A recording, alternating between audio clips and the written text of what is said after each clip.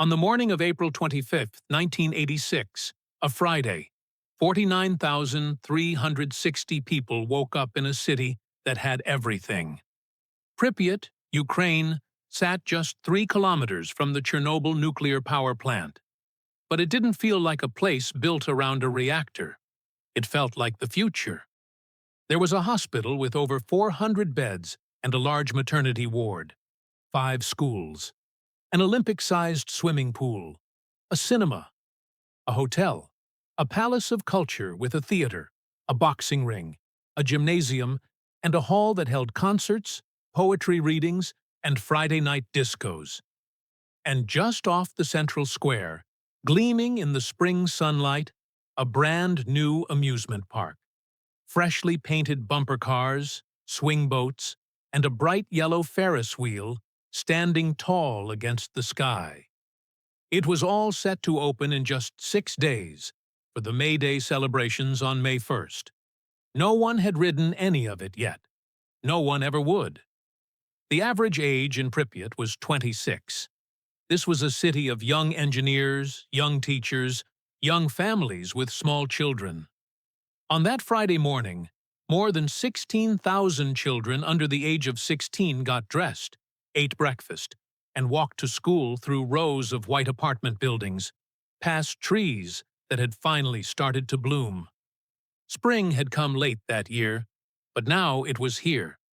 The air was warm. The sky was clear.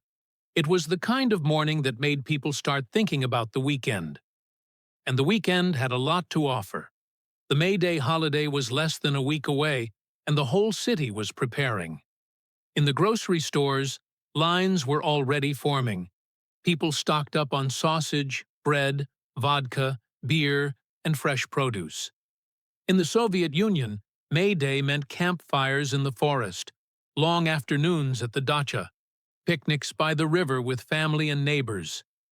The city's supply department had even organized an outdoor flash sale to clear surplus goods before the holiday rush. On the streets, crews were cleaning sidewalks and patching up facades. Voluntary repair brigades, the Soviet tradition of spring beautification, were out in force, tidying up the city for the celebration ahead. At the Palace of Culture Energetic, the heart of Pripyat's social life, the schedule for April 25th was completely full.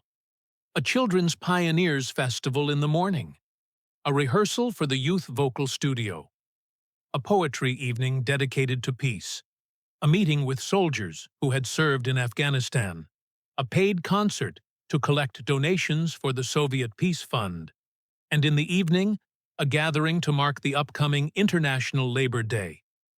Down the hall, the local disco was being prepared for a Sunday night event. A rock band had gigs booked for the coming weeks. Near the southern entrance to town, the local football club was preparing for its biggest match of the season, a regional championship semifinal. The club had won the regional title 3 years in a row in the early 1980s. A new 5,000-seat stadium had been built for them. Players trained. Fans made plans.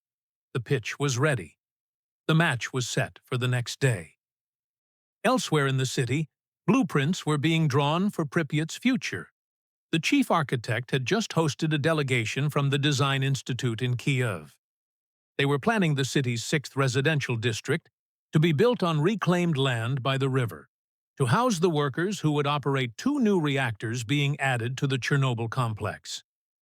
Dredging was already underway, pulling sand from the riverbed for foundations.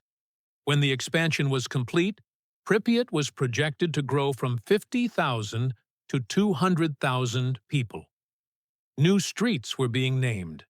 New neighborhoods were being designed. This city was being built to last generations. And in an apartment somewhere in town, a young woman was doing her nails. Tomorrow was her wedding day. The ceremony was planned at the Palace of Culture. A waltz had been rehearsed. Tulips would be bought in the morning. Everything was ready. Meanwhile, 3 kilometers away, something had already started inside Reactor Number 4. Since 1:06 that morning, operators had been gradually lowering the reactor's power. A routine maintenance shutdown was scheduled, and someone had planned a safety test to go along with it. The question was simple. If the plant ever lost electrical power, could the still spinning turbines generate enough energy to keep the coolant pumps running for about 45 seconds until the backup diesel generators kicked in? The test had been tried the year before.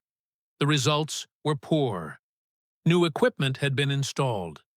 They wanted to try again. By early afternoon, the reactor was at about half power. The emergency core cooling system had been switched off, part of the test procedure. Then a call came from the grid controller in Kiev. The region needed more electricity. The shutdown and the test were postponed, so the reactor sat there for nearly 9 hours, running at reduced power, with its emergency cooling disabled, waiting for permission to continue. Nobody in Pripyat knew. Nobody felt a thing. The city lived its Friday. Kids played after school. Families cooked dinner. The football team finished practice. The Palace of Culture closed up for the night. Then, at midnight, the shift changed at the plant. A fresh crew walked into the control room of Reactor 4. They had not been part of the original test planning. The day shift was supposed to handle it. But because of the 9-hour delay, the job now belonged to a team that had never been properly briefed. At 11:10 p.m., the grid controller gave the green light. Power reduction resumed, and the clock began ticking towards something no one in the control room fully understood. Back in the city, Pripyat was still. Street lamps cast amber pools of light across the central square. Apartment windows were dark. The Ferris wheel stood motionless against the night sky, waiting for an opening day that would never come. Holiday groceries sat on kitchen counters. School uniforms hung in closets. A wedding dress was laid out. The semifinal was one sleep away. In 16,000 bedrooms, children dreamed about the weekend. Nobody heard the reactor. Nobody heard the arguments in the control room. Nobody heard the hum of a system slowly losing its grip. Because the last day before Chernobyl didn't sound like a warning. It sounded like a beginning, a new season, a new week, a city getting ready to celebrate, an amusement park about to open, a wedding about to happen, a football match about to be played, blueprints for a future that would never be built.